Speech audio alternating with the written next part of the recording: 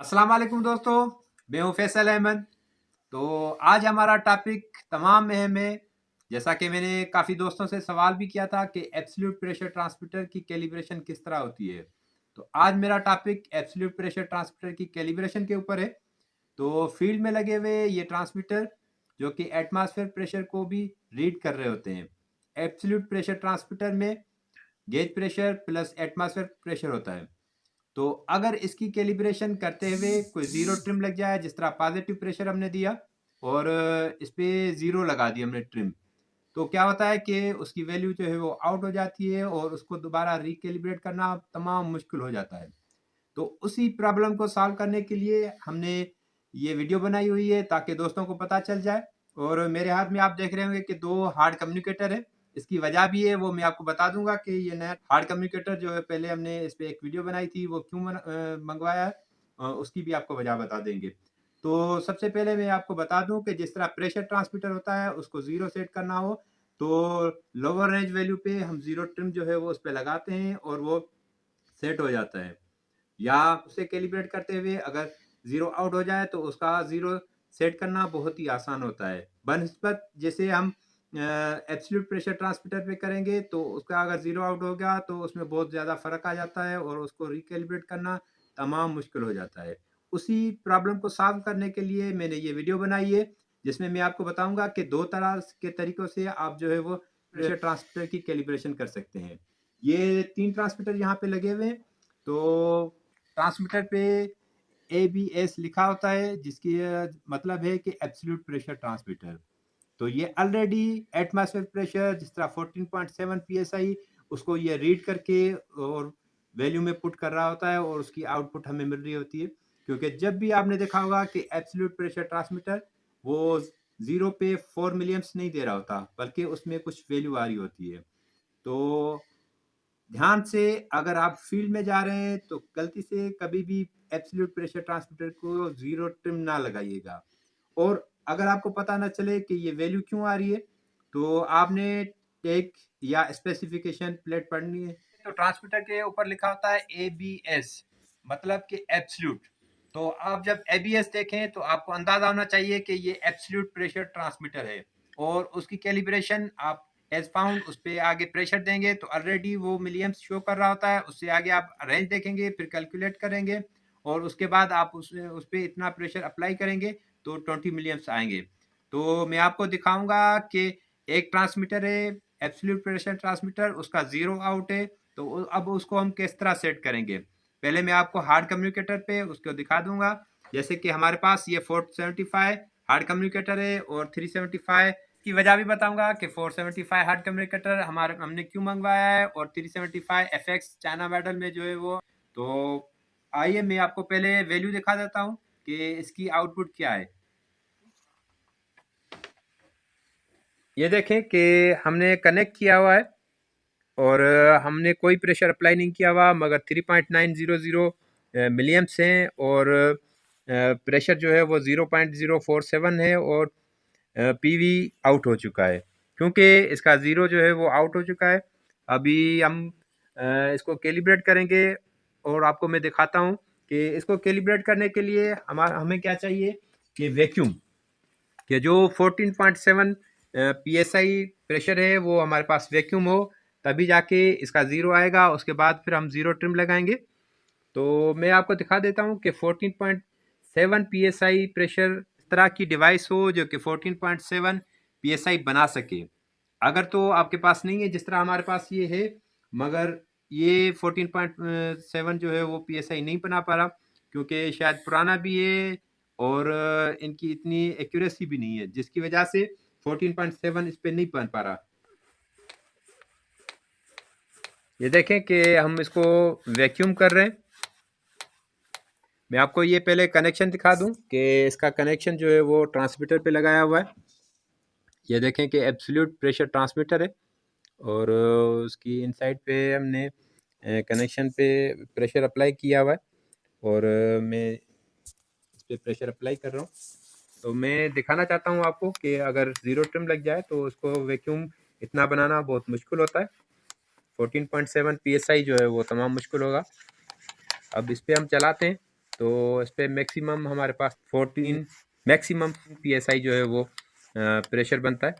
तो अब देखें कि इतना प्रेशर हमसे नहीं बन पाया, तो अब ट्रांसमीटर हमारा किस तरह कैलिब्रेट होगा, तो वो मैं आपको 375 पे पहले दिखा दूंगा कि 375 पे क्यों नहीं होता, जिसकी वजह से हमने 475 इमर्सन का हार्ड कम्युनिकेटर मंगवाया। ये हमारे पास 375 FX hard communicator China model में। तो इसमें क्या है कि ट्रांसमीटर को कैलिब्रेट करने के लिए एक होता है कि अगर कैलिब्रेशन आउट हो जाए तो फैक्ट्री कॉल रीसेट होता है। तो इसमें factory call reset hard communicator नहीं पड़ रहा, क्योंकि 375 में के फीचर्स कम होते हैं, जिसकी वजह से हम 475 यूज़ करते हैं। तो देखें कि इसमें प्रोसेस है, डायग्नोस्टिक एंड सर्विसेज है, बेसिक सेटअप है, डिटेल है। तो अगर हम किसी में भी जाते हैं तो यहाँ पे फैक्ट्री कॉल रीसेट नहीं मिल रहा हमें, तो हमें चाहिए फैक्ट्री रीसेट सेट करेंगे ताकि हमारी कैलिब्रेशन जो है वो बिल्कुल ठीक हो जाए। अभी मैं आपको 475 लगा के दिखाऊंगा और आपको बताऊंगा कि 475 से हम किस तरह एब्सोल्यूट प्रेशर ट्रांसमीटर को कैलिब्रेट करते हैं।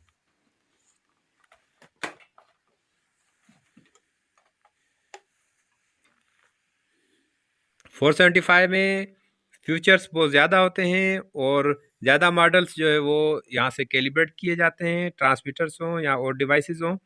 तो अभी हम हार्ट में जाते हैं।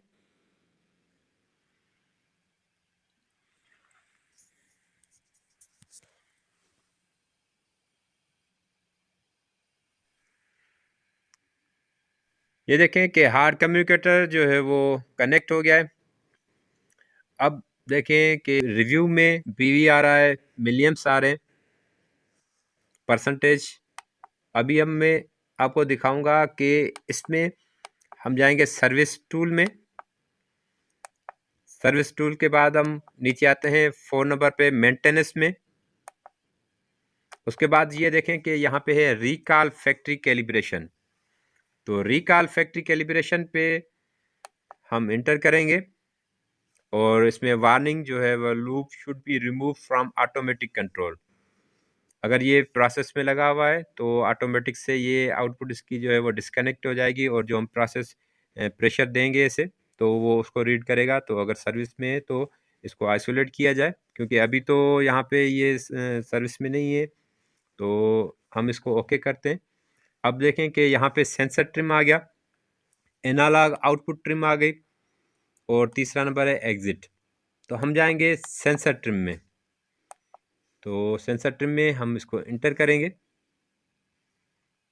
सेंसर ट्रिम जो है वो लग चुकी है और कंप्लीट का ऑप्शन आ गया है। अभी हम दोबारा जाएंगे, बैक जाएंगे और देखेंगे कि बैक गए, हम रिव्यू में जाएंगे, ओवरव्यू में। हम ओवरव्यू में जाते हैं और देखते हैं कि 11.68। तो ये वैल्यू जो 11.6 से आ रही है, एटमॉस्फेयर प्रेशर को देखते हुए ये वैल्यू आ रही है। अगर हम कैलकुलेशन करेंगे, जैसे कि इसकी रेंज जो है वो 22 टू 37 इंचेस ऑफ मरकरी में है। तो इसकी अगर हम कैलकुलेशन निकालेंगे तो आउटपुट इतनी आएगी। अभी मैं आपको प्रेशर दे के इसकी आउटपुट दिखाता हूँ कि इसकी आउटपुट का आया कि कैलिब्रेशन जो है वो सही है या नहीं। तो आइए कैलिब्रेशन देखते हैं। सबसे पहले कि हम इसकी जो है वो टेबल बनाते हैं, तो उस पर ताकि हमें एक पता चले कि 0% कितना है, 25% पे कितना प्रेशर आएगा, 75 पे कितना आएगा और 100 पे कितना आएगा। क्योंकि इसमें ट्रांसमीटर में एटमॉस्फेयर प्रेशर ऐड होता है, तो इसीलिए हम जो यहाँ से प्रेशर देंगे वो कम होगा, क्योंकि ऑलरेडी वो 14.7 जो है उसमें रीड कर रहा है। तो पहले मैं यूनिट यहाँ से सेट कर दूंगा इसके इंचेस ऑफ मरकरी, क्योंकि यहाँ पे भी हमारे पास इंचेस ऑफ मरकरी चल रहा है। तो ये देखें कि यहाँ पे हार्ड कम्युनिकेटर पे अभी 11 आ रहा है। तो अभी हम इसे प्रेशर देंगे और आपको करके दिखाएंगे 16।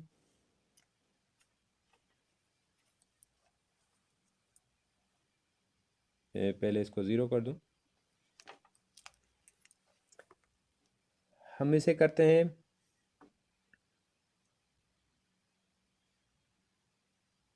16 मिलियम्स।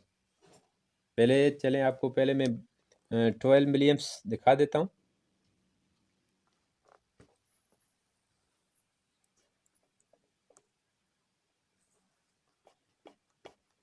प्रेशर एडजस्ट करना थोड़ा मुश्किल होता है, कम वैल्यू वाला, कम रेंज वाला, तो कम रेंज वाले प्रेशर पे थोड़ा टाइम लगता है।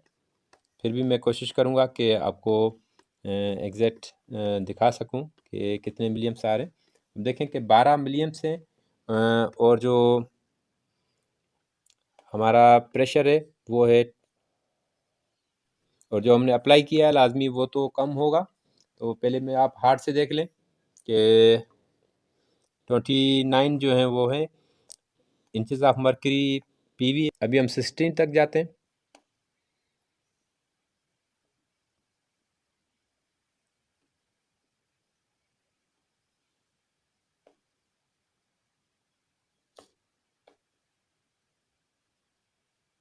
देखिए कि 16 हो गया, थोड़ा प्रेशर बढ़ गया। मैं इसे दोबारा कम करता हूँ। 16 हमारा बनेगा 33.2। तो 33.25 जो वो 16 मिलियम्स हो गया। अब हम आगे जाते हैं 20 मिलियम्स, जो कि 37 इंचेस ऑफ मर्करी बनेगा।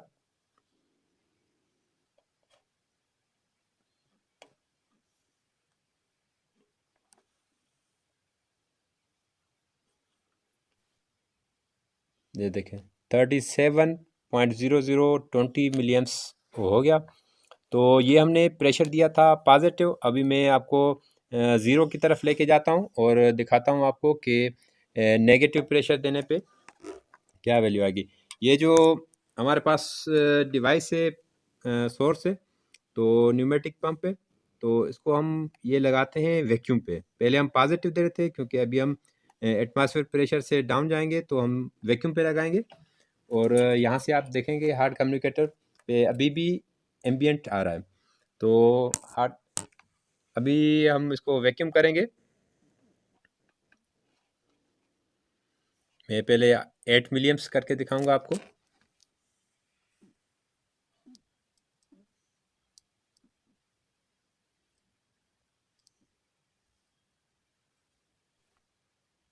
ट्वेंटी 25.75 जो पीवीएम दे रहे हैं, और मिलियम्स बनते हैं 8।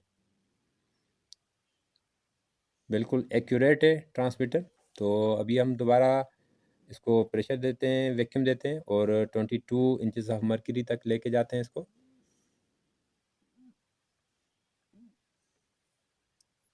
22 मिलीमीटर इंचेस ऑफ मर्करी जो है वो ज़ीरो है, और 4 मिलियम्स आ रहे हैं।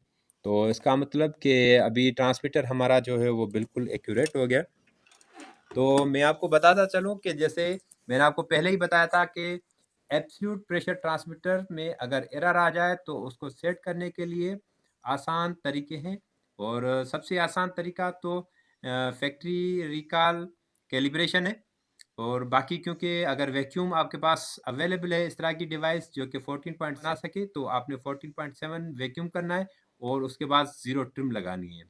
अगर आप ज़ीरो ट्रिम नहीं लगा सकते और इतनी डिवाइस आपके पास पायदार नहीं है, एक्यूरेट नहीं है जो कि इतना बना सके, तो आप क्या करेंगे, हार्ड कम्युनिकेटर से फैक्ट्री रिकॉल करेंगे तो वो करेक्शन हो जाएगी। मकसद वीडियो बनाने का था कि इस ट्रांसमीटर पे बहुत ही कम काम आता है, तो इसीलिए मैंने इस पे सोचा कि इस पे वीडियो बनाई जाए ताकि उन दोस्तों को पता चले कि इसकी कैलिब्रेशन किस तरह होती है। मैं हूं फैसल अहमद और आप देख रहे हैं स्मार्ट एक्सपर्ट चैनल। अल्लाह हाफिज़।